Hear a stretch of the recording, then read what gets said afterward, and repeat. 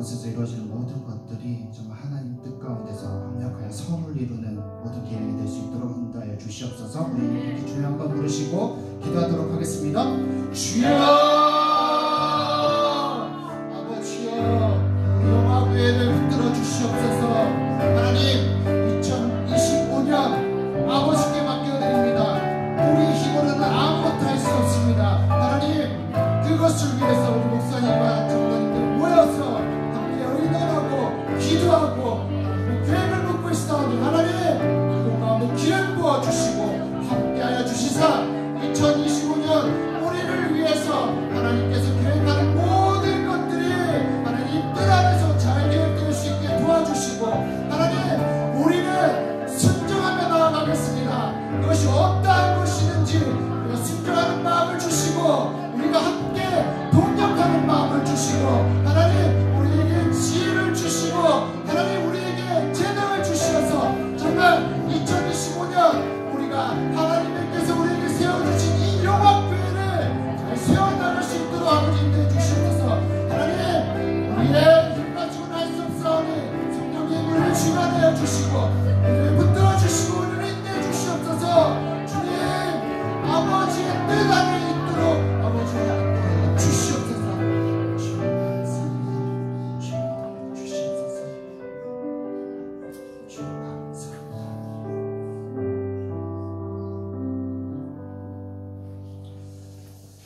하나님께서 우리에게 주신 말씀은 마태복음 25장 14절부터 30절입니다.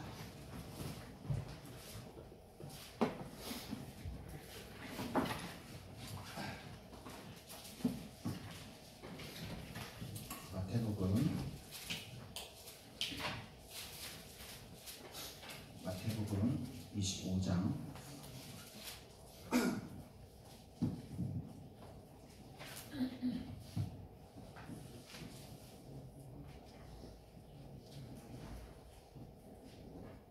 14절에서 30절입니다.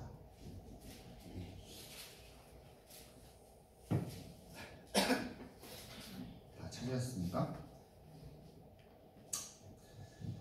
신약 43페이지입니다. 다 찾으신 줄 알고 교독으로 읽도록 하겠습니다. 제가 한 절 읽고 후에 읽어주시면 됩니다. 또 어떤 사람이 타국에 갈 때 그 종들을 불러 자기 소유를 맡김과 같으니 각각 그 재능대로 한 사람에게는 돈 5달란트를, 한 사람에게는 10달란트를, 한 사람에게는 8달란트를 주고 떠나가니 5달란트 받은 자는 바로 가서 그것으로 장사하여 또 5달란트를 남기고 2달란트 받은 자도 그것을 하여 5달란트를 남기되 1달란트 받은 자는 가서 땅을 파고 그 주인의 돈을 감추어 두었더니 5일 후에 그 종들의 주인 달란트 받았던 자는 5달란트를 더 가지고 와서 이르되 주인이여 내게 5달란트를 주셨는데 보소서 내가 또 5달란트를 남겼나이다. 그 주인이 이르되 잘하였도다. 착하고 충성된 종아, 내가 저번에 충성하였으니 내가 나머지 왜 받으리니 내 주인의 즐거움에 참여할지어다 하고 2달란트 받았던 자도 와서 이르되 주인이여 내게 2달란트를 주셨는데 보소서 내가 또 2달란트를 남겼나이다. 그 주인이 이르되 잘하였도다. 착하고 충성된 종아, 내가 저번에 충성하였으니 내가 많은 것을 내게 맡기리니 내 주인의 즐거움에 참여할지어다 하고 1달란트 받았던 자는 와서 이르되 주인이여 당신은 굳은 사람이라 심지 않은 데서 거두고 해치지 않은 데서 모으는 줄을 내가 알았으므로 두려워하여 나가서 주인의 달란트를 땅에 감추어 두었었나이다. 도소서 당신의 것을 감추었나이다. 그 주인이 대답하여 이르되 악하고 게으른 종아 나는 심지 않은 데서 거두고 해치지 않은 데서 모으는 줄로 내가 알았느냐. 그러면 내가 마땅히 그의 돈을 취하는 자들에게나 맡겼다가 우리가 돌아와서 그의 온몸과 의자를 가져야 했었으나 하고 그에게서 그 1달란트를 빼앗아 10달란트 가진 자에게 주라. 무릇 있는 자는 다 풍족하게 되고 없는 자는 그 있는 것과 죄가 아니라 다같이 이 이 무익한 무익한 종을 갚아도 돌려도 되시라. 거기서 슬틀며 이를 갈리라 하니라. 기도합니다. 하늘에 계신 우리 아버지 감사합니다. 하나님, 저 역시 이렇게 무익하고 악하고 게으른 종인데 하나님께서 이 무익한 종을 들어 아버지의 말씀을 맡겨주시고 이렇게 금요철야 하나님의 백성들에게 이 말씀을 전하고자 합니다. 하나님, 저는 아이라 하나님의 이 말씀을 제대로 말할 수도 없고 또한 이것을 볼 수도 없고 깨달아 알 수도 없음에 이 시간 온전히 성령님을 의지합니다. 성령님, 우리와 함께 하시어서 이 말씀이 우리 귀에 들리고 우리가 보고 깨달아 알 수 있도록 도와주시고 친히 우리의 스승이 되시어서 우리에게 가르쳐 주시옵소서. 모든 말씀 예수님의 이름으로 기도드렸습니다. 아멘. 한 주간 잘 지내셨습니까? 감기 걸리신 분이 많으시는 것 같아요. 콜록콜록 하시는데 저 지금 두통이 말도 못하는 것 같아요. 타이레놀을 먹을까 하다가 또 취해서 말씀을 할 수가 없어서 참으면서 해야겠다 했는데 우리가 이 말씀을 준비하는데 지난주에 갑자기 목사님이 말씀을 해달라고 준비해달라고 해서 이렇게 촉박하게 해야 되니 뭐 일주일 동안 어떤 말씀을 전해야 될까 엄청 또 묵상하고 또 말씀에 또 사로잡혀서 막 묵상을 하는데 사단들의 공격이 말도 못했습니다. 말씀 준비 못하고 계속 옆에서 찌르고 대단했습니다. 그래서 하나님 말씀 준비하는데 이 사단들이 이렇게 나를 공격하는구나. 근데 참 하나님께서 또 감사하게도 제 멘티가 한 명 있어요.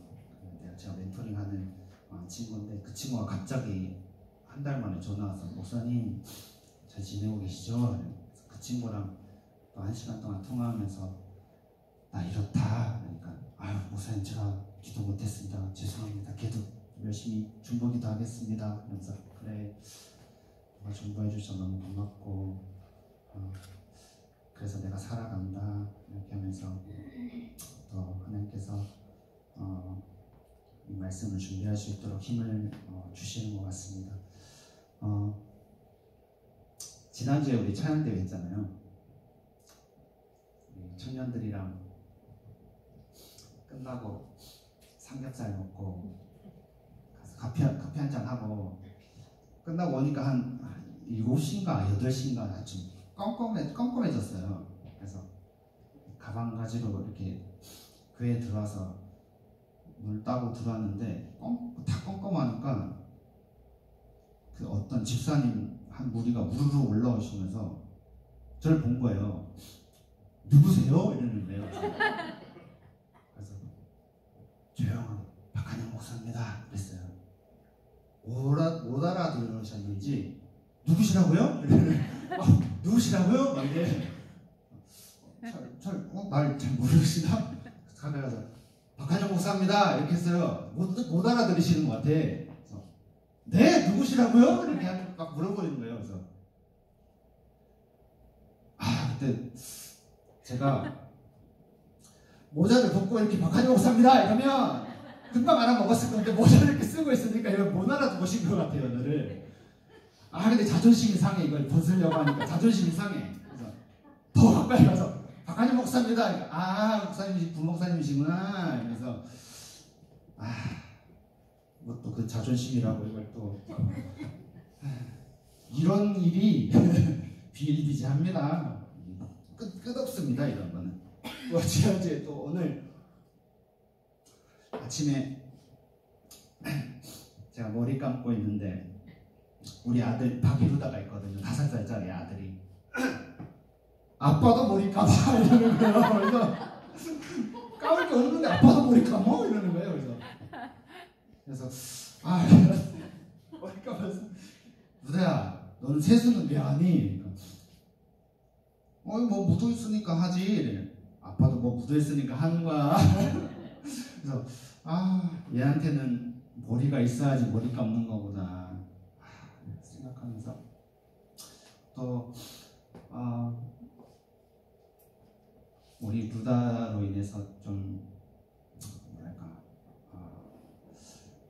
제가 이 아이를 양육하고 하나님 말씀을 잘 키워야 되는데 일상생활에 또 바쁘고 또 말씀에만 막 집중하고 그러니까 자녀들을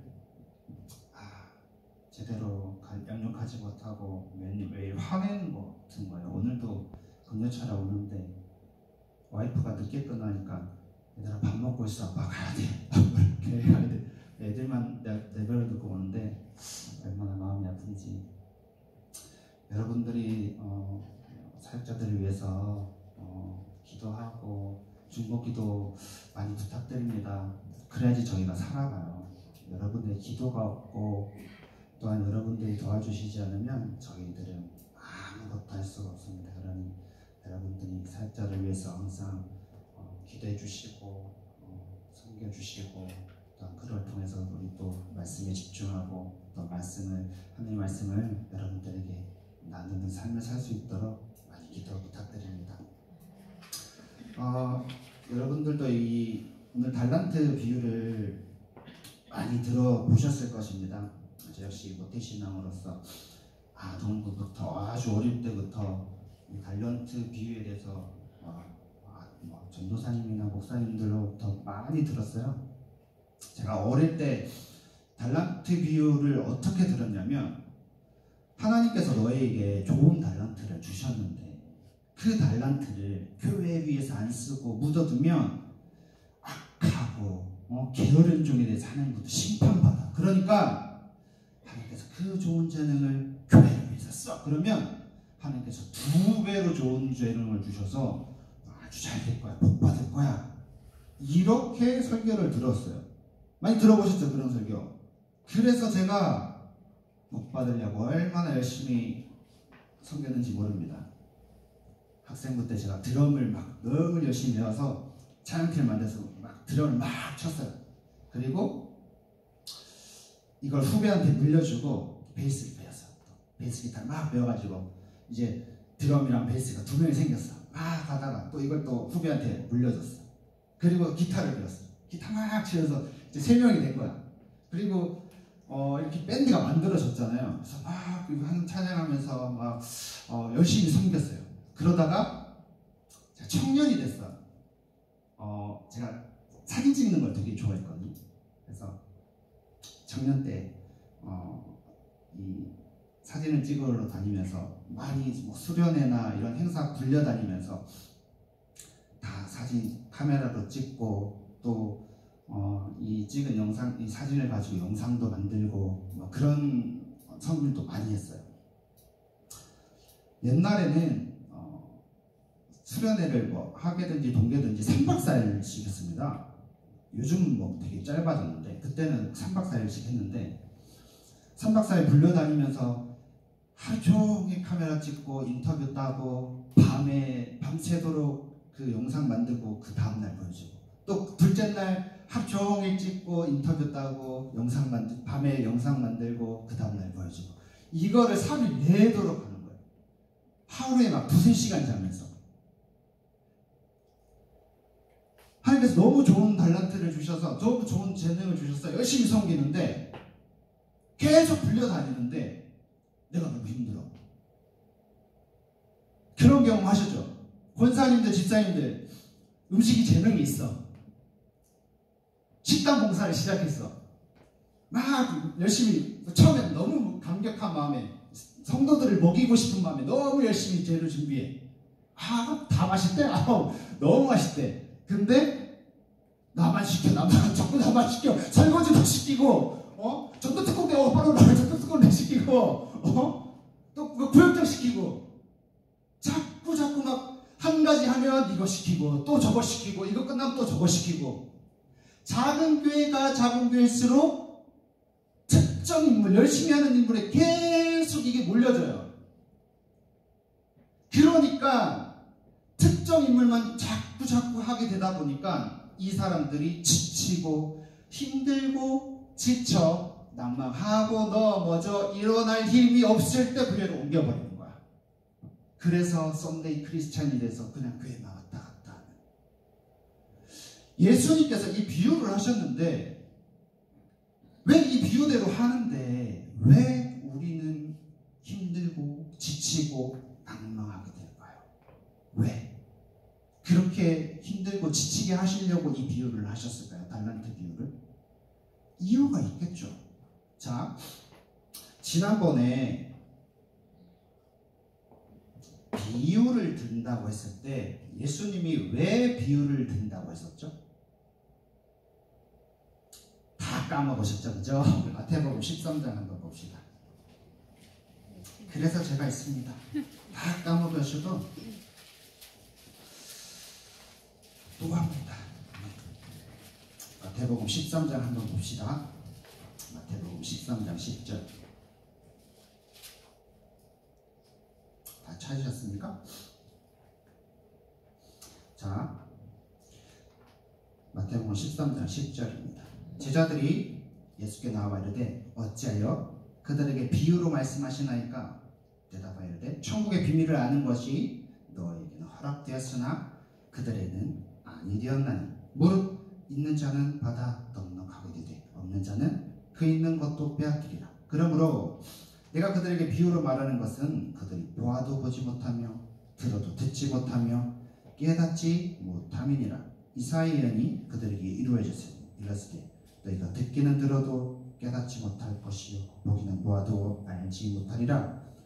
이 백성들의 마음이 완악하여져서 그 귀는 듣기에 둔하고 눈은 감았으니 이는 눈으로 보고 귀로 듣고 마음으로 깨달아 돌이켜 내게 고침을 받을까 두려워함이라 하였느니라. 그러나 너희 눈은 봄으로 너희 귀는 들음으로 복이 있도다.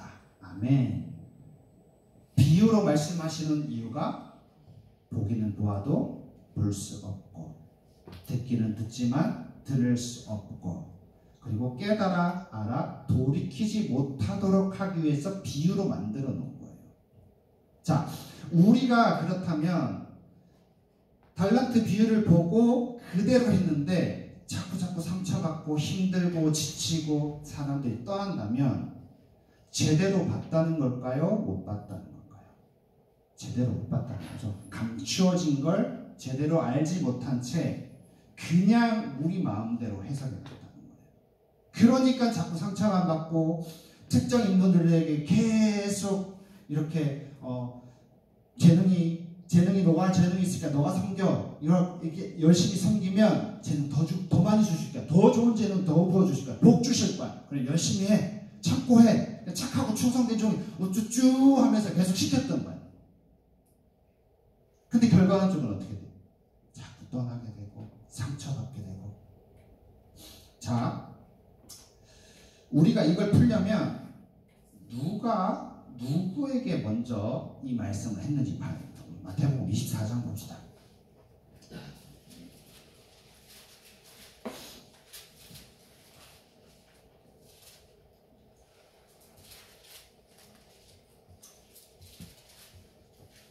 다 찾았습니까? 마태복음 24장.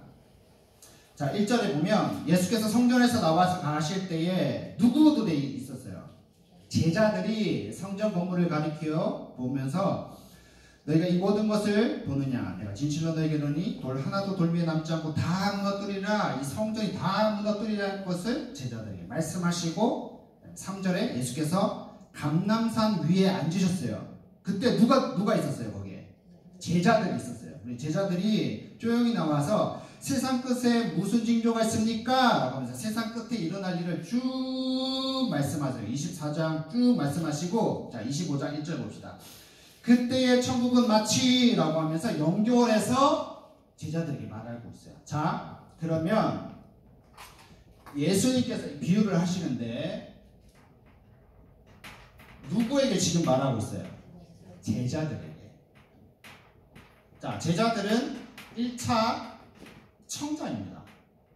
제일 첫 번째 누구한테 들려주셨냐면 제자들에게 직접 말씀해 주셨단 말이에요. 자, 그리고 이 제자들이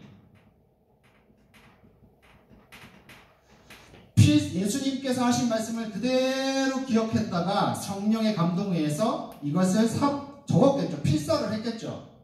자, 그리고 이 필사를 한 것을 누구에게 줬냐면 예수 그리스도를 믿고 그리스도인이 된 그 사람들에게 보여준 거예요. 그리스도인들에게. 자, 이건 동시대 사람들이에요. 자, 이 사람들을 2차 독자라고 합니다. 자, 처음 두루마리 이 필사본을 처음 받아본 사람들. 자, 이 사람들은 거의 동시대이기 때문에 예수님께서 이 비유를 하실 때 모든 사회와 그들의 문화 그리고 환경이 비슷한 그 동시대 사람들이기 때문에 예수님께서 하신 이 비유에 대해서 듣고 보게 되면 예수님께서 이런 비유를 하셨는데 왜 이런 비유를 하셨구나 라는 게 금방 더 이해가 됩니다. 자, 근데 우리는 이 1차 독자로부터 수천 년이 지나서 지금 2000년이 지났죠. 지난 후에 보는 똑같은 그리스도인이지만 우리는 2차 독자입니다. 이제 이 필사본을 이제 사본으로 적은 것을 이렇게 우리 보는 이 성경으로 만들어서 그런데 보는데 몇 년이라는 세월이 지났어요. 2000년이라는 세월이 지나버렸어요. 그리고 우리가 여기서 유대인 출신 있으신 분, 나 유대인이야. 우리 아빠가 저기 고용사촌 유대인이다. 있으신 분 아무도 없어요. 우리는. 왜냐하면 우리는 예수 그리스도를 기다려본 적도 없고 그들이 메시아라고 생각해 본 적도 없는 지금 반대편에 있는 사람들에게까지 이 복음이 전달되었단 말입니다. 그럼 우리가 2차 독자인데 이 예수님께서 처음 하셨던 이 비유에 대해서 그들의 환경, 그들의 사회, 그 문화를 전혀 알지 못한 채 이 비유를 보게 돼버리면 전혀 다른 해석이 돼버리는 거예요. 그렇다면 우리가 이들이 1차 청자와 독자의 그 환경으로 들어가서 이 비유를 봐야 제대로 된 비유를 볼 수가 있겠죠. 자, 봅시다. 자, 마태복음 25장 14절 봅시다. 자, 또 어떤 사람이 타국에 갈 때 그 종들을 불러 자기 소유를 맡김과 같아 라고 종에 대해서 주인과 종에 대해서 비유를 하기 시작합니다. 왜 예수님이 종이라는 것을 비유로 사용하셨을까요? 자, 우리 100년 전에, 우리나라 100년 전 조선시대만 생각해 봅시다. 조선시대 때 양반이 많았을까요? 종이 많았을까요? 종이 많았겠죠. 그죠? 자, 그렇다면 이 예수님께서 당시 사역하실 때 이 예수님께서 종으로 비유를 사용하시는데 그때 당시에 제사장이나 서기관들이 많았을까요? 종이 많았을까요? 종이 많았겠죠. 자, 지금은 근데 우리는 2000년이라는 세월이 지났어요. 자, 지금 자기가 종로로 타는 사람, 나 노비야 지금.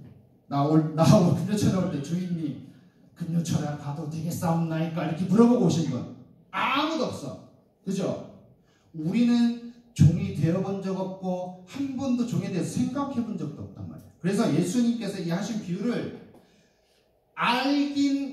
비슷하게 알긴 알지만 그 입장에 대해서 알지 못한단 말이에요. 그래서 이 종의 비유를 들 때 이 왜 종의 비유를 들었는지 알려면 이 사람들의 문화로 살짝 뛰어서 들어가 봐야 돼요. 자, 하나님께서 이들을 가나안 땅에 보내주셨는데 이들이 처음부터 종이었을까요? 이 이스라엘 백성들이?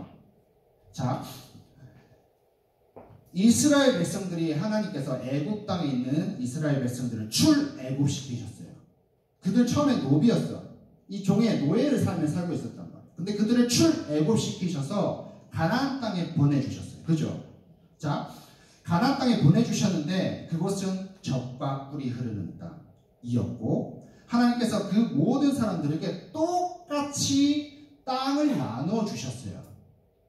자, 우리 신명기 11장을 한번 봅시다.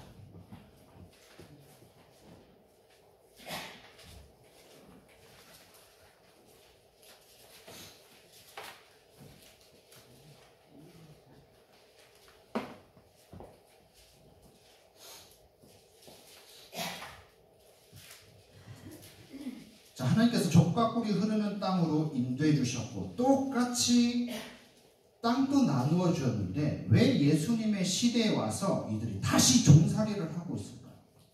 신명기 11장을 보면 그 이유를 알 수 있습니다. 신명기 11장 구약 279페이지입니다. 찾았습니까? 자, 8절부터 봅시다. 신명기 11장 8절. 그러므로 너희는 내가 오늘 너에게 명하는 모든 명령을 지키라. 그리하면 너희가 강성할 것이요 너희가 건너가 차지할 땅에 들어가서 그것을 차지할 것이며 또 여호와께서 너희 조상들에게 맹세하여 그들과 그들의 후손에게 주리라고 하신 땅 곧 젖과 꿀이 흐르는 땅에서 너희 날이 장관이라.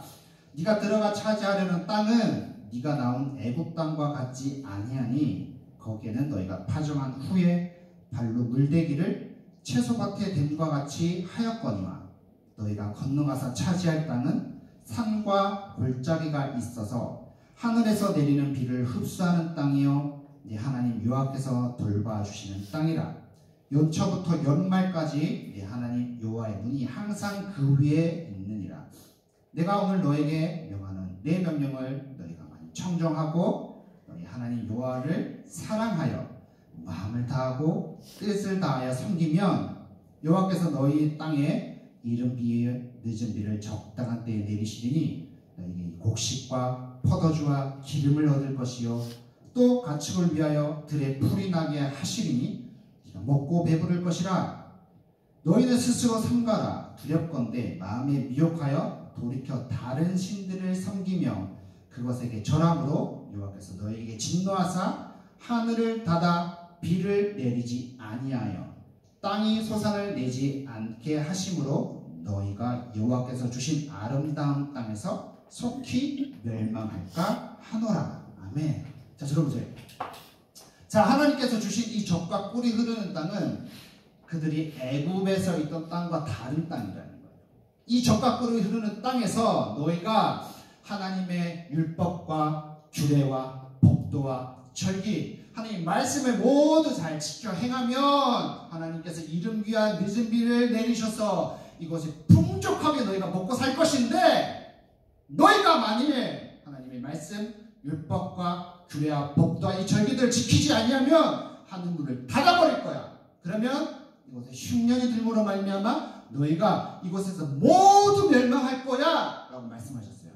자, 이들이 하나님의 율법과 규례와 법도와 절기를 지켰을까요?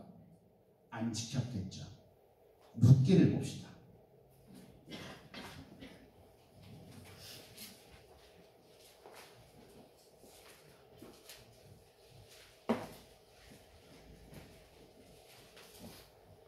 룻기 402페이지입니다.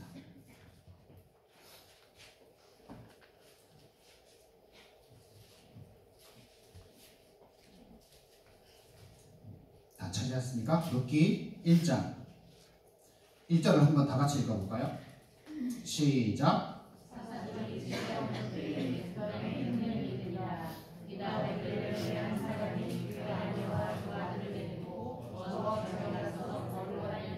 네, 자, 사사들이 치리하는 땅에 뭐가 들었다고요?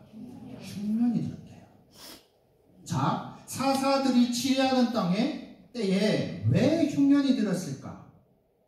그 바로 앞에 이제 한번 봅시다. 사사기 21장 25절 다 같이 한번 읽어볼까요? 사사기 21장 25절 시작.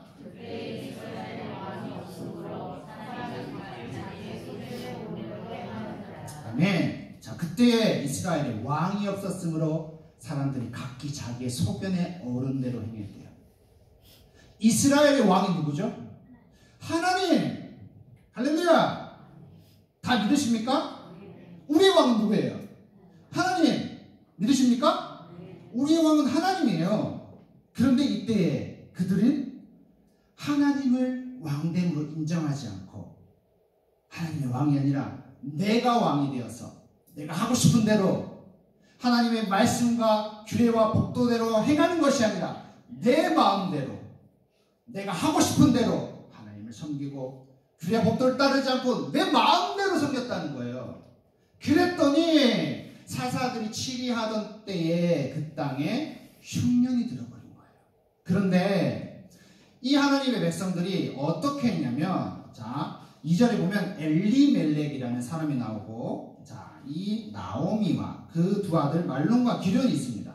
자, 근데 이 사람들이 뭘 했냐면 하나님의 주신 땅을 팔아버리고 모압 땅으로 이주해버리는 거예요.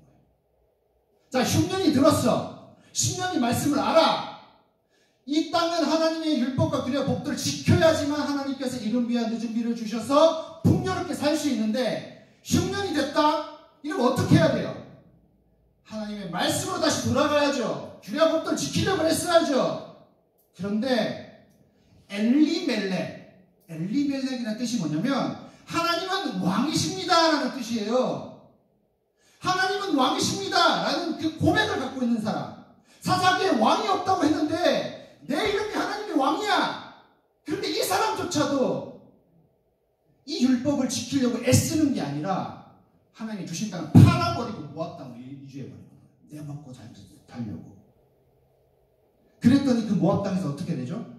엘리멜렉이 죽고 두 아들 말론과 기련이 죽어버리죠. 나오미와 자부만 남았어. 며느리만. 어떻게든 먹고 살려고 했을 거야. 그런데 남자가 그 시대에, 이 고대 중동 사회에 남자가 없다는 말은 일할 수 있는 사람이 아무도 없다는 거예요. 다 파는 거 다 까먹었겠죠. 그런데 몇 년이 지난 후에 이 가나안 땅에 다시 풍년이 들었대. 나는 지금 먹고 살 게 없어.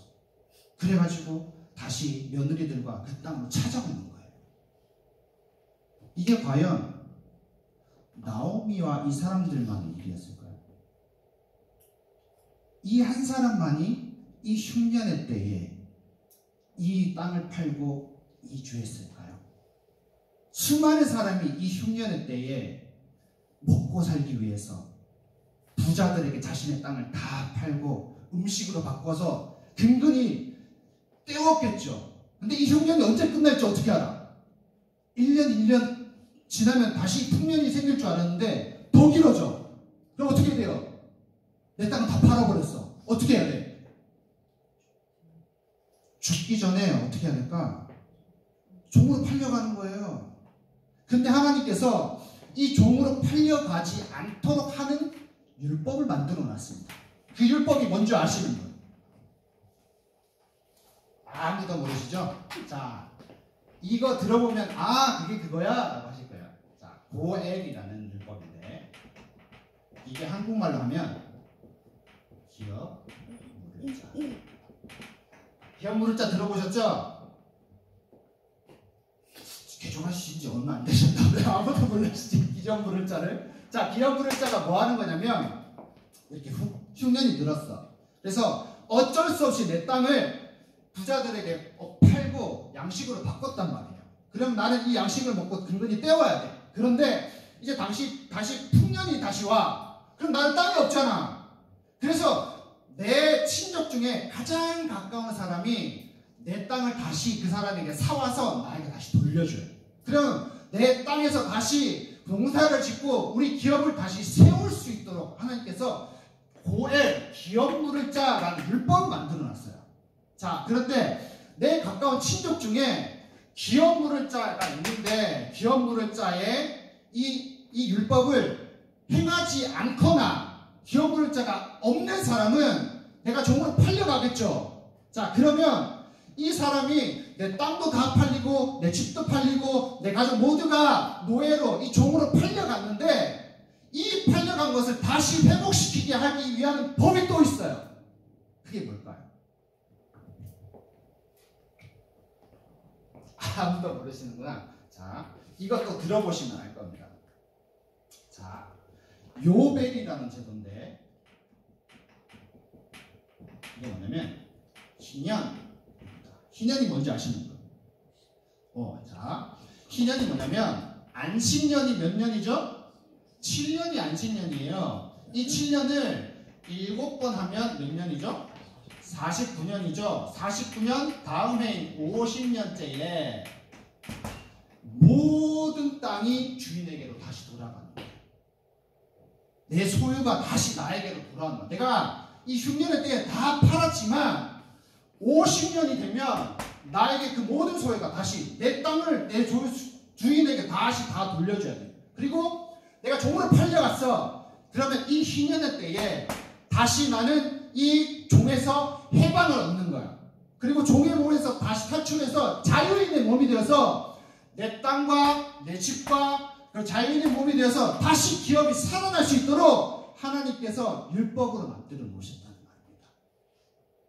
자, 그런데 이 고엘과 요벨을 이스라엘 백성들이 지켰을까요? 아무도 안 지키고. 그랬더니 예수님께서 오셨던 이 시대 때에 상황이 어땠냐면 예수님께서 마태복음 20장에 포도원 안 찾으셔도 돼요. 포도원 품꾼의 비유를 하시는데 포도원 주인이 아침에 나가서 한 데나리온을 주고 포도원의 품꾼에 일할 사람을 모아서 포도원에 드립니다. 그리고 포도원에 한 데나리온 약속하고 이 사람들이 일하고 있는데 주인이 점심때 또 나가요. 근데 아직 사람들이 놀려있어. 이 사람들 누구 데리고 너희들 한 데나리온 줄 테니까 우리 집 가서 우리 일해. 가서 일합니다. 그리고 오후쯤 갔는데 여전히 사람들이 많아. 그래서 이 사람들에게 한 데나리온을 약속하고 또 포도원을 누르르 드립니다. 왜 이 비유를 하셨을까요? 왜 이 비유를 하셨냐면 예수님께서 계셨을 그 당시 때에 내 땅을 다 흉년 때문에 다 팔고 없는 거예요. 내가 농사를 지을 땅이 없는 거야. 근데 고엘도 지켜지지 않아. 요벨도 지켜지지 않아. 내 기업을 세워줄 자가 아무도 없는 거야. 그럼 나는 어떻게 해야 돼? 가서 품꾼으로 일할 수밖에 없는 겁니다. 품꾼으로 가서 한 데나리온을 받고 일할 수 있으면 그나마 다행인 거예요. 그 일할 수도 없어서 쫄쫄 굶으면 어떻게 해야 돼? 종으로 팔려가는 거예요.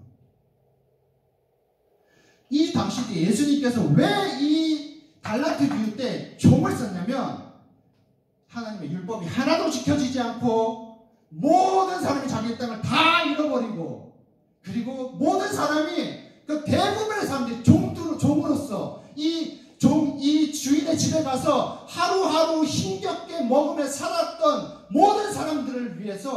비유를 하신 거예요. 대부분의 사람들이 율법에 의해서 이 지켜지지 않아서 다 특정 인물들에게 다 재산을 빼앗기고 자유를 박탈당하고 내 기업이 다시 세워질 소망도 없이 다 그렇게 살았다는 거예요. 그랬더니 주인과 종의 관계가 어땠겠습니까? 오늘 마태복음 25장 24절을 한번 봅시다.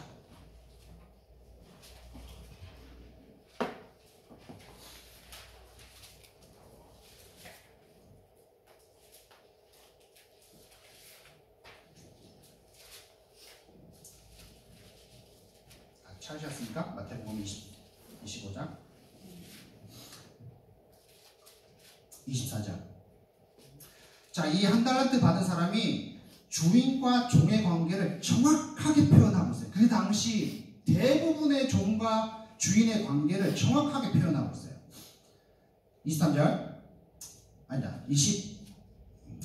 24절. 자, 한 달란트 받았던 자는 와서 이르되 주인이여 당신은 굳은 사람이라 심지 않은 데서 거두고 해치지 않은 데서 모으는 줄을 내가 알았으므로 두려워하여 나가서 당신의 달란트를 땅에 감추어 두었나이다. 보소서 당신의 것을 가지셨나이다 라고 하고 있죠. 자, 이 한 달란트 받은 종이 뭐라고 하냐면 주인이여 당신은 굳은 사람입니다 라고 말하는 거예요. 이 굳은 사람입니다 라는 단어의 헬라어 뜻이 뭐냐면 겨울에 땅이 굳어서 딱딱한 상태 아시죠? 눈이 와서 소리가 해서 바닥이 딱딱하게 굳어있는 주인의 마음 상태가 이렇다는 거예요. 당신은 굳은 사람입니다. 겨울에 땅이 딱딱하게 굳은 것처럼 그 마음이 딱딱하게 굳어서 자비도 없고 사람들에게 도와주려고 하는 마음도 없고 이 사람들을 부려먹으려고만 하는 아주 무자비한 매정한 그런 사람입니다. 근데 이 주인이 왜 그런 굳은 사람이냐? 그 다음에 나오고 있어요. 심지 않은 데서 거두고 해치지 않은 데서 모으는 줄을 내가 알고 있습니다 라고 하죠. 자, 심지 않은 데서 거둔다 이 말은 뭐냐면 씨앗을 추수 때 씨앗을 뿌리죠. 자, 씨앗을 뿌리지도 않은 데서 거두어 들인다고 하는 뜻이에요. 자, 흉년이 되었어. 땅에 씨앗을 뿌릴 수가 없어. 그런데도 이 땅에서 약속한 추수를 해내야 되는 거예요. 어떻게 했어요? 줄 게 없는데 어떻게? 흉년의 때에 재산을 조금 모았는데 한 번 흉년이 되면 이걸 다 털어내야 되는 거예요. 얼마나 짜증났겠어요. 주인 저것들은 저거 일도 안 하면서 내가 벌어놓은 걸 다 가져가네 하면서 얼마나 짜증났겠어요. 자, 그리고 해치지 않은 데서 모으는 줄을 내가 알았습니다 라고 하죠. 이 해친다는 표현이 뭐냐면 자, 추수를 했습니다. 그러면 추수를 하면 알곡과 가라지가 같이 섞여 있겠죠. 그러면 뭐 해야 돼요? 키질하죠. 키질하면 알곡은 모아지고 가라지는 바람에서 날아가죠. 그죠? 다 해보셨죠? 자, 저는 못 해봤어요. 보기만 했어. 이렇게 하면은 다 날아가고 알곡이 모아지죠. 그런데 주인은 이 키질도 하지 않은 채 알곡을 먹으라고 하는 거예요. 무슨 말이에요? 농사 도구도 주지 않고 이걸 하라는 거예요. 이걸 하나하나 어떻게 하고 있어? 이걸 하고 있어야 돼. 주인이 얼마나 매정한지 알겠죠? 당시 예수님께서 있으셨던 당시에 주인과 종의 관계가 이렇다는 거예요. 주인은 이 종들을 부려먹으려고 어떻게 해서든지 더 짜내려고 하고 이 종들은 이 주인들이 이렇게 무지각지하고 자기를 목살게 물고 흉년이 되면 내가 모았던 사람 다 털어가고 두려움도 있지만 얼마나 복수심 이가 갈리겠어요. 이게 주인과 종의 관계예요. 그런데 이 주인과 종의 관계에서 이 주인이 길을 떠나는데 이 종들에게 뭘 하냐면 자, 한 사람에게는 금 5달란트, 한 사람에게는 2달란트, 한 사람에게는 1달란트를 맡기고 갔답니다. 자, 우리는 지금 달란트라는 단어를 쓰지를 않아요. 이 화폐 단위를 전혀 쓰지 않죠. 이거는 간단하게 이 달란트의 가치를 알 수 있는 방법이 있어요. 자, 성경에서 나오는 화폐 단위가 있는데 달란트, 문화, 데나리온, 베드란트, 렙돈 이라는 단위가 있습니다. 점점 가면서 커지는 거예요. 자, 우리가 아는 화폐 단위가 있죠? 뭘 알아요? 다 처음 들으세요? 자, 우리 데나리온이라는 단어를 알고 있죠? 데나리온이 뭐예요? 하루 품삯! 맞아요. 1일 하루 품삯이에요. 일당이죠? 일당. 자, 지금 일당을 10만원이라고 치면, 자, 데나리온에서 문화로 갈 때는 곱하기 100을 하면 됩니다. 문화에서 달란트 갈 때는 곱하기 100을 하면 돼요. 데나리온에서 고드란트 갈 때는 100분의 1을 하면 됩니다. 고드란트에서 렙돈 갈 때는 100분의 1을 하면 돼요. 자, 10만원에 100배, 문화는 1천만원. 자, 2천만에 100배는 10억이에요. 자, 고드란트는 그러면 1000원이죠? 10원. 과부가 2렙돈 넣었잖아요. 헌금함에 20원밖에 없을 정도로 가능하다는 뜻이에요. 자, 그러면 달란트 받은 사람은 한 달란트 받으면 10억 받았고, 2달란트 받은 사람은 20억을 받았고, 5달란트 받은 사람은 50억을 받은 거예요. 엄청 크죠? 자,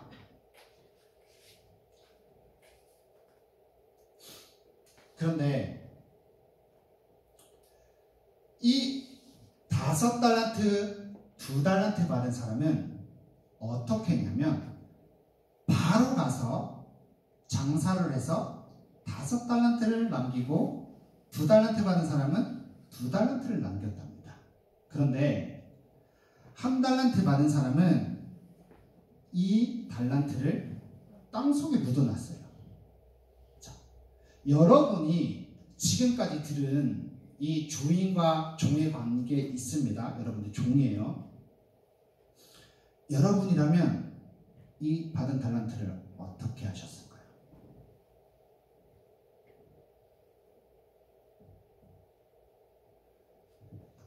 당시 예수님께서 이 비유를 하셨을 때 많은 종들이 들었겠죠. 그곳에 모인 많은 종들이 또 이 필사본을 보고 봤겠죠. 종들은 이렇게 생각하지 않았을까요? 도대체 어떤 주인이 종들에게 이렇게 큰 금액을 누가 주겠냐는 거야. 어떤 주인이 이렇게 큰 금액을 누가 줘? 어떤 주인이 또 도대체 어떤 종이 그 악독한 주인을 위해서 바로 가서 평생 만져보지도 못한 구경도 못한 달란트라는 걸 어떻게 벌어와 종이? 그런 생각하고 있지 않았을까요? 누가 아끼냐는 거예요. 어떤 종이 어떤 주인을 위해서 누가 아끼냐는 거예요. 이 한 달란트 받은 종은 대부분 그 당시 예수님 당시 대부분의 종들이 평민들이 할 수 있는 최선을 것을 한 거예요. 누가 가서 달란트를 벌어와? 누가? 그럼 은행 가서 맡겨야 될 거 아니냐? 종이 은행이라는 곳을 갈 수가 있었을까요? 당시 로마 시대에 지금과 같은 은행 시스템이 없단 말입니다. 돈을 지금은 넣으면 이자를 주겠죠. 당시는 그렇지 않아요. 수수료를 내야 된단 말이에요. 원고를 넣으면 계속 까먹는 구조래요. 종이 가서 가본 적도 없는 은행에 가서 어떻게 그 돈을 맡깁니까? 그리고 이 사람들은 평생 동안 땅에서 주인의 그 모진 그 핍박을 받으면서 농사만 지었던 사람이에요. 10억이라는 돈을 받아도 내가 이 돈을 가지고 뭘 해야 될지 알 수 없는 사람들이란 말입니다. 어떤 쪽이 가서 바로 가서 어떤 장사를 해야지 이런 돈을 받을 수 있을까요? 아무도 할 수 없어요. 모두가 생각하기를 이 주인이, 이 악독한 주인이 올 때까지 이 돈을 강도에게 빼앗기지 않고 이것을 잃어버리지 않고 까먹지 않고 이것을 지키는 것, 이걸 최선으로 생각하고 있었단 말입니다. 그래서 선택한 게 뭐예요? 그래서 땅에 묻은 거예요. 아무도 모르는 땅에 묻어둔 거예요. 이걸 지키기 위해서. 혹시나 이거를 내가 빼앗기거나 강도받거나 잃어버렸다면 이 악독한 주인이 와서 나를 어떻게 할까? 죽이지 않을까? 벌벌 두려워하는 마음에 이 돈을 이 큰 금액을 어떻게 할지 몰라. 내가 할 수 있는 최소한 선택은 묻어두는 거란 말입니다. 아무도 모르는 곳에. 대부분의 사람들이 그렇게 했다고요. 그런데 왜 예수님은 대부분의 이 한 달한테 받은 사람이 할 수 있는 모든 종들과 모든 평민이 선택해야 할 수밖에 없는 그 땅에 묻는 그 사람을 가지고 왜 악하고 게으른 종아 라고 말했을까요? 왜 악하고 게으르다고 말했을까요? 이유가 있겠죠. 왜 악하고 게으르다고 말했는지 이유가 있을 거란 말입니다. 그걸 알려면 이 달란트가 뭔지 알아야 돼요. 자, 이 달란트가 뭔지 알려면 제일 좋은 방법은 성경 안에서 이 달란트가 뭐지? 라는 것을 찾는 것이 정답이 제일 가까운 거예요. 인정하십니까? 아무도 인정 안 하구나. 성경 안에서 예수님이 힌트를 주셨을까요? 안 주셨을까요? 주셨을까요? 한번 봅시다. 마태복음 13장 한번 볼까요? 다른 사람 인정 안 해도 됩니다. 이건 제 생각입니다. 그럴싸한데 라고 생각만 하셔도 좋아요. 마태복음 13장 찾으셨습니까? 마태복음 13장. 자, 예수님께서 이거 달란트가 뭔지 힌트 풀어갑니다. 자, 44절 봅시다. 44절. 마태복음 13장 44절. 자, 다 같이 한번 읽어볼까요? 시작.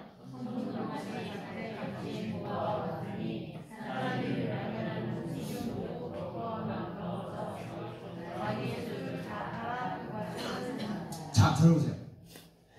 어떤 사람이 밭에 가다가 보화를 발견했어. 이 보화 누가 숨겨놨을까요? 왠지 이거 한 달란트 받은 사람이 땅에 숨겨놓은 것 같지 않아요, 이거? 근데 다른 사람이 일하다가 이거 발견한 거야. 그래서 이 밭을 내 인생을 걸고 내가 갖고 온 모든 걸 받아서 이 밭을 사는 거야. 근데 이 앞에 뭐라고 돼 있냐면 천국은 마치라고 돼 있죠. 자, 천국은 마치 이 밭에 숨겨진 보화 같다는 거야. 자, 천국을 얻기 위해서 이 밭에 감추어진 이 모든 것을 내 인생을 걸고 내 모든 것을 걸고 사야 되는 거. 천국을 위해서 내 모든 것을 바쳐서 사야 되는 거. 뭐예요? 천국을 열 수 있는 길. 예수 그리스도예요. 믿으십니까? 달란트는 예수 그리스도를 우리에게 맡겨놨다는 거예요. 달란트라는 건 우리의 주인인 하나님께서 우리에게 가장 값진, 하늘의 가장 값진 보화, 이 가장 큰 보화를 우리에게 맡겨놓고 떠나셨단 말입니다. 그런데 우리가 이 보화를 가지고 뭘 하느냐고 물어보시는 거예요. 여러분, 하나님께서, 우리 주인인 하나님께서 여러분들에게 천국의 가장 큰 보화 예수 그리스도 복음을 여러분들에게 맡겨놓고 가셨습니다. 여러분 지금 뭐하고 계신가요?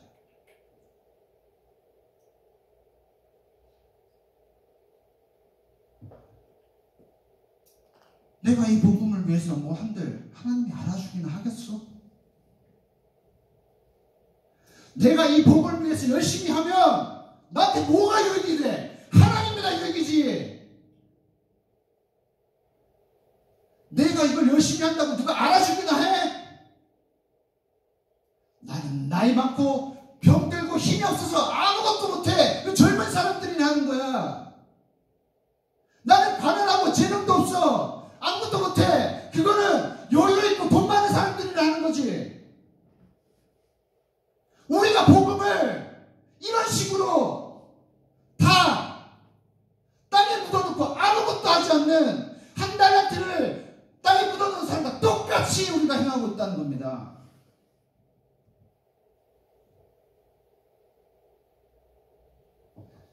하나님께서는, 우리의 주인 하나님께서는 여러분들에게 천국의 가장 귀한 보물인 예수 그리스도를 우리에게 주셨어요. 우리가 가서 이 복음을 위해서 이 복음을 사용할, 우리의 재능을 가지고 사용할 때 이걸 잘 되든지 못되든지 하나님은 그걸 상관하지 않으시는 분입니다.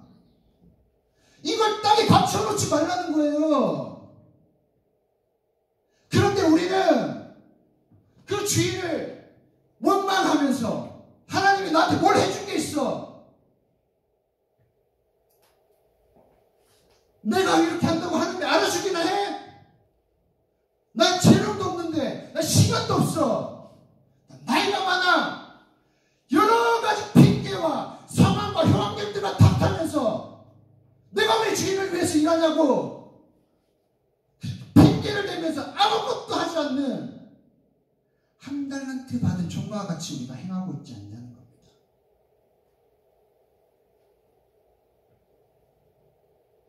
하나님께서 우리에게 천국의 가장 값진 보안 예수 그리스도를 주셨습니다. 우리 용학의 성도 여러분, 이 예수 그리스도라는 복음을 가지고 즉시 가서 우리의 주인인 하나님을 위해서 이것을 사람들에게 알리는 것, 이게 바로 천국인 거예요. 우리가 이 복음을 들고 나가서 사람들에게 전할 때 우리의 주인 하나님께서 이렇게 말씀하실 겁니다. 착하고 충성된 종아, 네가 작은 것에 충성하였으니 나에게 많은 것을 맡기리라. 주인의 즐거움에 참여할지어다. 이런 축복을 받는 여러분 되시길 주님의 이름으로 축복드립니다. 우리 기도할 건데,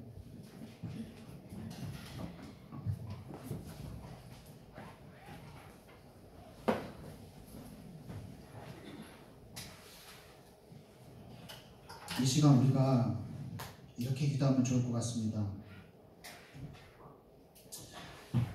5달란트, 2달란트 받은 사람은 과연 주인을 어떻다고 생각했을까요?